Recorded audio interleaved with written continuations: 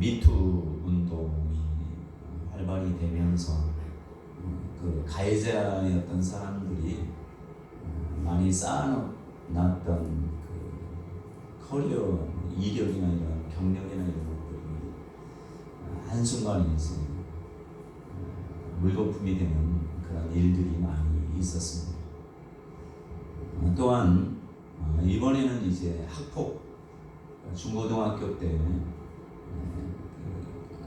친구들이나 동료들을 괴롭히고 학교 폭력을 행사함으로 인하여서 훨씬 시간이 지났지만 지금 쌓아놓았던 공든탑이 한순간에 무너지는 것을 보게 됩니다. 과거에 철없는 행동이라고 하면서 자신의 성공에 큰 걸림돌이 되는 것을 보게 됩니다. 세월이 지나서 학교 폭력을 당한 피해자가 SNS에 자신의 피해 사실을 올리면서 가해자는 용서를 구하지만 세상은 그들을 용서하지 못하나 봅니다. 평생 학폭의 가해자라는 낙인으로 살아야 되나 봅니다. 감옥에 간 사람도 감옥에서 죄값을 치르고서 세상에 나오면 그가 변변한 직장을 다시 갖기가 쉽지가 않습니다. 사람은 그들이 잘 받아들이지 않는 그 이면에는 사람들은 변하지 않는다라는 생각이 지배적이어서 그런 것이 아닌가 이런 생각하게 됩니다. 세상에서 우리나라 속담 중에 검은 머리 짐승은 거두는 게 아니다 이런 말도 사람은 결코 변하지 않는다 이런 의미를 말씀하는 게 아닌가 이런 생각하게 됩니다. 그래서 성경에는 정말 사무엘처럼 어릴 때부터 하나님의 법궤 옆에서 성전에서 어떻게 보면 거울하게 지낸 이런 사람이 또 쓰임을 받기도 하고 또 여호수아처럼 모세의 지도자를 따라서 계속 수종 들다가 큰 범죄함이 없이 이렇게 살다가 하나님께서 그를 쓰시기도 합니다. 그러나 오늘 성경 말씀에 보면 사도 바울 같은 경우는 젊었을 때, 청년의 때 엄청난 그 범죄를 일으켰지만 하나님께서 그런 사도로 부르시는 것을 볼 수 있습니다. 성경에는 사도 바울 같은 사람이 참 많이 쓰임을 받는 경우도 많이 있는 것 같습니다. 그래서 우리가 잘 아는 아브라함의 가정은 그 아버지와 그 조상들은 우상을, 신상을 만드는 그런 직업을 가졌습니다. 근데 이런 가정의 자녀였던 아브라함을 하나님은 선택하셔서 그를 믿음의 조상으로 만드시고 또 여러분 잘 아는 기드온이라는 사사가 있지 않습니까? 이 사사 기드온의 집에는 우상을 섬기는 그 우상의 신당이 있었던 곳이 이 우상을 섬기는 신당을 제거하지 않았는데도 불구하고 그 아버지는 여전히 우상을 섬겼는데도 불구하고 하나님께서는 기드온을 부르시고 큰 용사를 하면서 부르시는 것을 우리가 보게 됩니다. 또 모세는 살인자였습니다. 살인자였음에도 불구하고 하나님께서는 그를 불러서 쓰셨습니다. 부를 때 네가 왜 살인했느냐, 죄값을 치러야 된다 이런 한마디만 해도 하지 않고 공소시효가 지나서 그런지 모르겠지만 우리 이스라엘 하나님의 선택 백성 때문에 대적을 죽여서 그런지 모르겠지만 어쨌든 살인에 관해서 살인죄를 묻거나 하지 않습니다. 사도 바울은 예수 믿는 사람을 들이 볼 때는 정말 못된 사람이 아닌가 합니다. 예수 믿는 사람들을 잡아다가 옥에 가두기도 하고 죽이기도 한 예수님의 대적자였습니다. 사울도 우리가 볼 때 참으로 용서받지 못할 그런 위인입니다.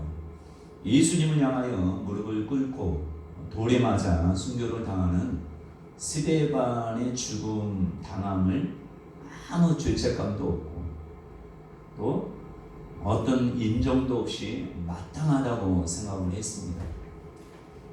사울이 교회를 진멸하기 위해서 각 집에 들어가 남녀를 끌어다가 옥에 넘겼습니다. 여러분, 남의 집에 함부로 아무 것도 없이 쳐들어가서 예수를 믿는다는 그 하나 때문에 그렇게 색출하는 그런 사도 바울의 모습을 우리가 생각해 보면, 지금은 우리가 생각하자 사도니까 그 모든 것이 용서된다 이렇게 생각하지만, 세상 사람들이 볼 때 어떻게 이런 사도 바울이 하나님 앞에 쓰임 받을 수 있느냐. 성경에서는 사울에 대해 이렇게 쓰여 있습니다. 사울이 주의 제자들에 대하여 여전히 유혹과 살기가 등등하여. 사울의 눈에는 살인자의 그런 기운이 있다는 말이 아니겠습니까? 유대인들은 예수님을 십자가에 못 박으려고 했을 때 유대인들은 법에 의해서 빌라도에게 넘겨서 법의 판결을 받기 위해서 십자가에 못 박게 했는데, 사도 바울은 뭐 법의 심판이고 뭐고 가타부타 이런 옳고 그름을 따지지 않고 예수를 믿는다는 이유만으로 집에 들어갈 뿐만 아니라 먼 타국에까지 가서 예수 믿는 사람을 색출할 뿐만 아니라 그들을 잡아다가 죽이고 했던, 정말 우리가 볼 땐 잔혹무도한 그런 청년이었습니다. 네, 하나님께서 사울이 변화되었다고 우리 말씀을 해도 아나니아라는 다메섹에 있는 제자가 그를 만나고자 하지 않았어요. 왜냐하면 아나니아가 듣기로는 사람들이 하는 사울이, 그러니까 사도 바울이 어떤 사람인지를 사람들을 통해서 들었는데, 많은 사람에게서 사울에 대한 소식을 들었는데, 사도행전 9장 13절에 보면 이렇게 말씀합니다. 주여, 이 사람에 대하여 내가 여러 사람에게 듣사온즉 그가 예루살렘에서 주의 성도들에게 적지 않은 해를 끼쳤다 하더니, 여기서도 주의 이름을 부르는 모든 자를 결박할 권세를 대제사장들에게 받았다는 소식을 이렇게 듣게 됩니다. 그래서 사울이 나중에, 아나니아는 하나님의 뜻에 의해서 이제 사울에 가서 안수하고 그런 순종하는 모습을 보일 수 있는데, 사도행전 9장 이제 21절에 보면 사울이 예수를 믿고 변화였어도 사람들은 그를 만나고자 하지 않았어요. 왜요?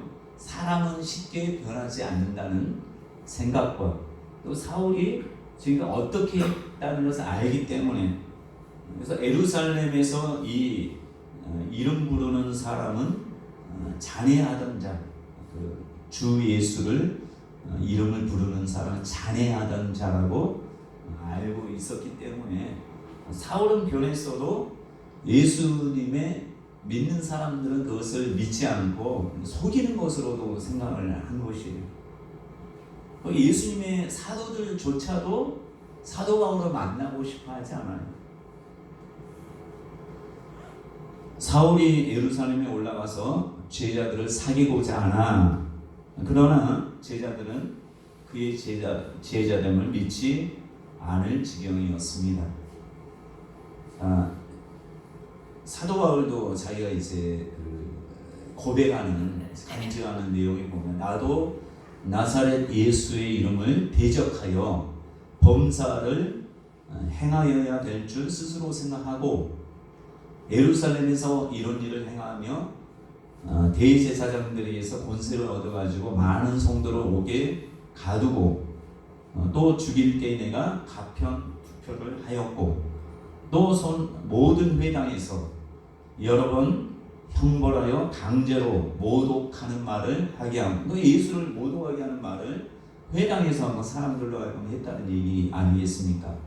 저희를 대하여 심히 격분하여 외국 성까지도 가서 핍박하였고 이렇게 본인이 간증을 합니다. 사도행전 22장에도 보시면 사도 바울이 주여 내가 주 믿는 사람들을 가두고 각 회당에서 때리고 또 주의 증인 스데반의 피를 흘릴 적에 내가 곁에 있어서 찬성하고 그 죽이는 사람들의 옷을 지킨 줄 저희도 아느니라 이렇게 많습니다. 사도 바울이 우리가 생각할 때는 예수님이 하나님이 부르신다는 것은 너무 가당치도 않은 것이죠. 그런데도 불구하고 하나님이 이런 극악무도한 사도 바울을 사용한다는 것을 우리가 생각할 때 어떤 면에는 이해되지 않습니다. 어떻게 이런 사람 하나님 쓰시나?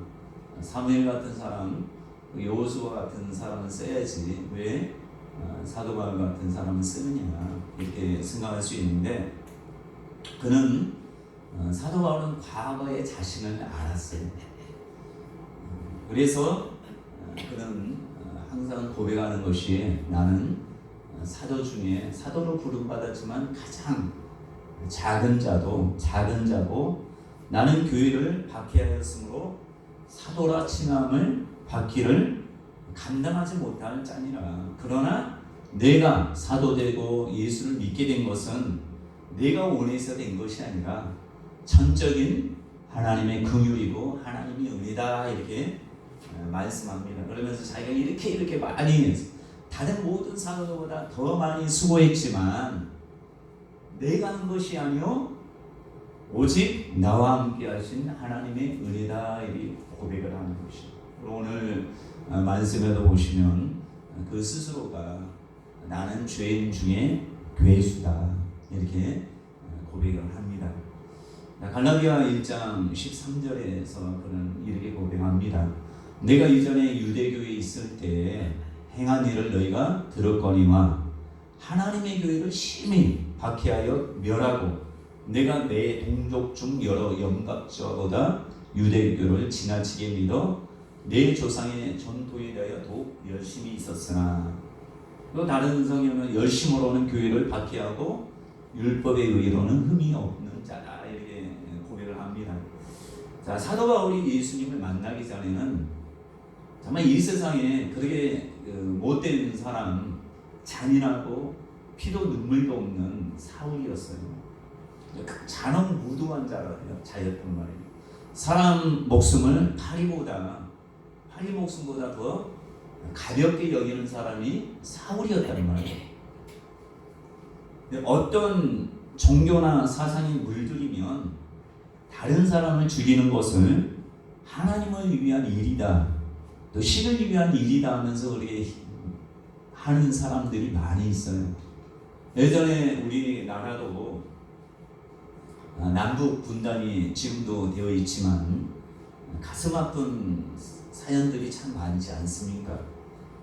이대 올로기로 인해서 수많은 사람들이 공산주의냐 자유주의냐에서 서로가 정말 죽이고 하는 것을 눈 하나 깜짝하지 않고 죽이는 그런 일들이 우리나라 역사에 그게 있습니다.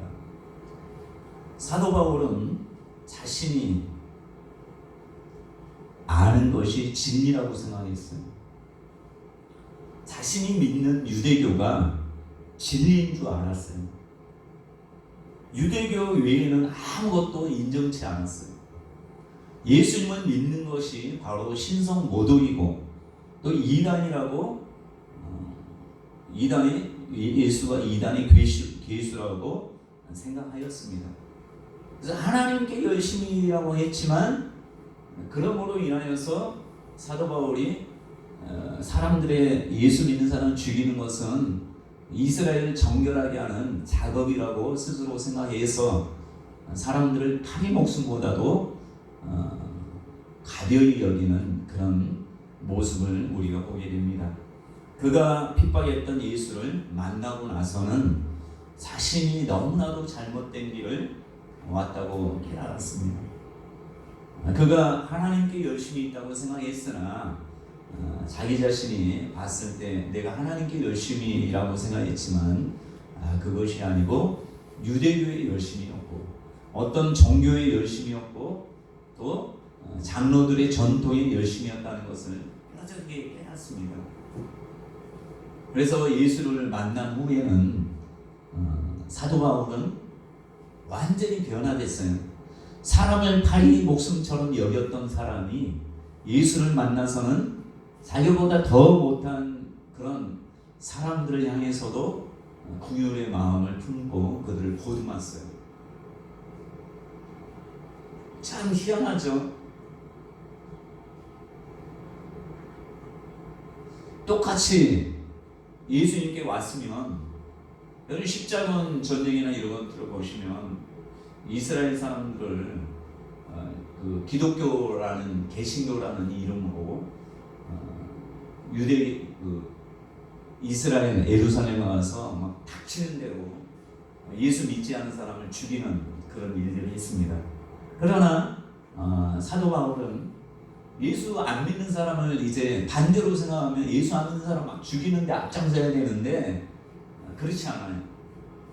그러니까 사람이 완전히 변화된 거예요. 그 사람을 파리 목숨보다 가볍게 여겼던 사람이 그간 무도했던 사람이 예수를 만나서 성품이 변화돼서 자기를 핍박하고 자기를 힘들게 하는 사람들을 향해서 그들을 다 용서하는 그런 사람은 완전히 순한 양처럼 변했습니다.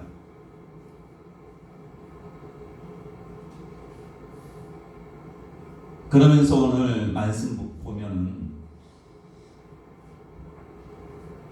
스스로가 죄인 중에 괴수라고 이미 은혜 가운데 있고 우리가 볼 때는 죄인이라 할 수 없는데도 불구하고 사도 바울은 자기가 죄인 중에 괴수다. 성령 충만한 가운데서도 자신은 죄인 중에 괴수다라고 고백을 하고 있습니다. 그러면서 자기가 이제 부름받은 것에 대해서 오늘 말씀을 합니다. 내가 잘나서도 아니고 내가 뭘 뛰어나서도 아니고 내가 학벌이 좋아서도 아니고 오직 부름을 받은 것은 하나님의 긍휼하심이다라고 말씀을 하고 있습니다. 사도 바울이 자기가 부름받은 것은 예수님께서 일체 그러니까 자기에 대해서 오래오래 끝까지 참아서 나에게 긍휼을 베풀어서 내가 우리 예수님께 왔다라고 고백을 하는 것입니다.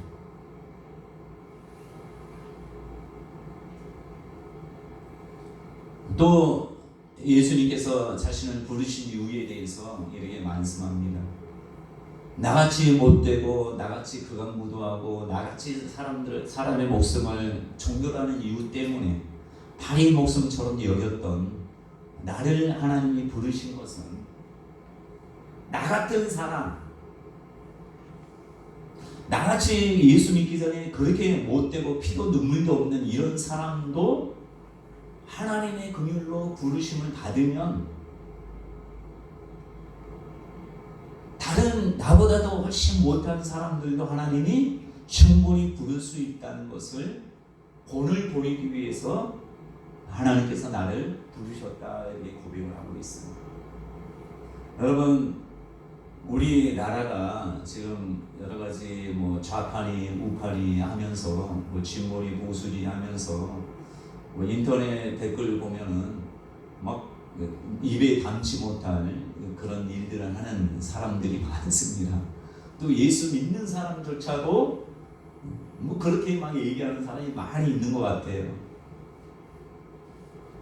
자, 우리가 사도 바울을 용서하지 않았다면 사도 바울은 이미 매몰되어서 더 이상 그는 쓰임 받은 사람이 아닐 것이에요. 그러나 베드로나 이런 수많은 사도들이 사도 바울을 자신들은 유대인들의 이스라엘 사람들의 사도고 사도 바울은 이방인의 사도로 인정하고 그들 사도 바울이 그렇게 못된 일을 했음에도 불구하고 그 모든 것을 예수 그리스도를 통해서 사도 바울을 다 받아들인 형제로 받아들이고 그가 예수 그리스도를 전하는 것에 대해서 엄청나게 하나님께 영광 돌리는 그런 일들이 있습니다. 제가 왜 이런 말씀하느냐, 여러분 교회에 수많은 세상에서 살인자도 교회에 올 수 있고 또 가늠하다 여전히 창녀촌에서 일하는 사람들이 있을 수 있고 그런 모든 사람들이 그 환경에서 벗어나지 못한 사람들도 있을 수 있어요. 그러나 하나님이 그를 용서하고 또 그 스스로가 정말 하나님의 은혜, 죄 많은 곳에 은혜가 넘쳤다고 그것을 스스로 깨닫는 사람들에 대해서는 우리도 똑같이 사도들처럼 사도 바울을 자기들의 형제 자매를 죽였던 이 사도 바울을 용서의 손길을 내밀 뿐만 아니라 형제로 보듬었던 이것이 있을 때 하나님의 나라가 더욱더 확장되는 귀한 은혜의 역사가 있지 않았겠습니까? 그래서 저와 여러분들도 지금 나라에 여러 가지 우리나라 분단된 상황 가운데 어려운 가운데 있고 서로 예수 때문에가 아니라 어떤 이대에 오르기 때문에 서로 눈을 붉히고 서로 안 죽여서 못 죽여서 안 가린 그런 세상은 그렇다 할지라도 우리 예수 믿는 사람은 오직 예수님께서 우리 모든 사람 우리 스스로도 생각할 때 저도 마찬가지겠지만 우리를 예수 그리스도를 믿게 하시고 구원받게 하실 뿐만 아니라 저 같은 사람이 목회자가 되게 하고 또 어떤 하나님의 일을 맡긴다는 것 자체는 엄청난 큰 은혜가 아니겠습니까? 사도 바울도 그것을 알았기 때문에 예루살렘 갈 때 많은 예언자들이 가지 말라. 당신 가면 결박돼서 예루살렘에 결박돼서 거기 로마 가서 순교당할 수 있다. 그런데도 불구하고 본인이 하나님께 기도하면서 내가 얼마나 많은 예수 믿는 사람을 죽였는데 내 목숨을 아까워서 거기 안 가겠느냐. 내가 복음을 위해서 로마까지 가야 될 것이다 라고 하면서 누구를 미워하는 것이 아니라 그 죽어가는 영혼들을 향한 그 뜨거운 사랑. 그래서 사도 바울이 어떤 고백합니까? 나는 빚진 것, 사랑의 빚을 엄청나게 예수 믿는 사람들에게 졌기 때문에 이 빚을 평생 갚아도 갚지 못한다 하면서 일평생을 주님을 위해 또 형제 자매들을 위해서 이렇게 살았던 것을 우리가 볼 때 저와 여러분들도 예수 그리스도를 믿는 자로서 교회에 오는 모든 사람을 용서하고 형제로 대하고 또 우리 스스로도 과거에 우리의 예수 믿기 전에는 어떤 존재였는지를 생각하고 우리들도 예수님처럼 모든 사람에 대해서 좌판이 우판이 이런 하는 사람들조차도 그들을 보듬는 공산주의자는 민주주의자는 이슬람 교도는 다 보듬을 수 있는 넓은 예수 그리스도의 사람이 되기를 간절히 축원합니다. 기도하겠습니다. 거룩하신 하나님, 오늘 사도 바울을 볼 때 사무엘처럼 여호수아처럼 그런 어릴 때부터 하나님의 말씀 가운데 살지 않는 사도 바울도 있었습니다. 정말 그가 무도한 사도 바울이었지만 하나님께서 그를 부르셔서 하나님의 교회를 위해서 또 예수를 위해서 사도로 세우신 것을 그는 받았음에도 불구하고 스스로가 은혜 가운데 있을 때 나는 죄인 중에 괴수라고 고백을 합니다. 자신의 과거를 생각하면서 또 주님과 동행하는 삶으로 평생 갚아도 갚지 못할 그런 은혜를 깨닫는 귀한 자가 되었습니다. 하나님, 우리들도 이 땅에 살아갈 동안 예수님이 십자가상에서 외쳤던 그 말씀, 주여 저들이 하는 것을 알지 못합니다.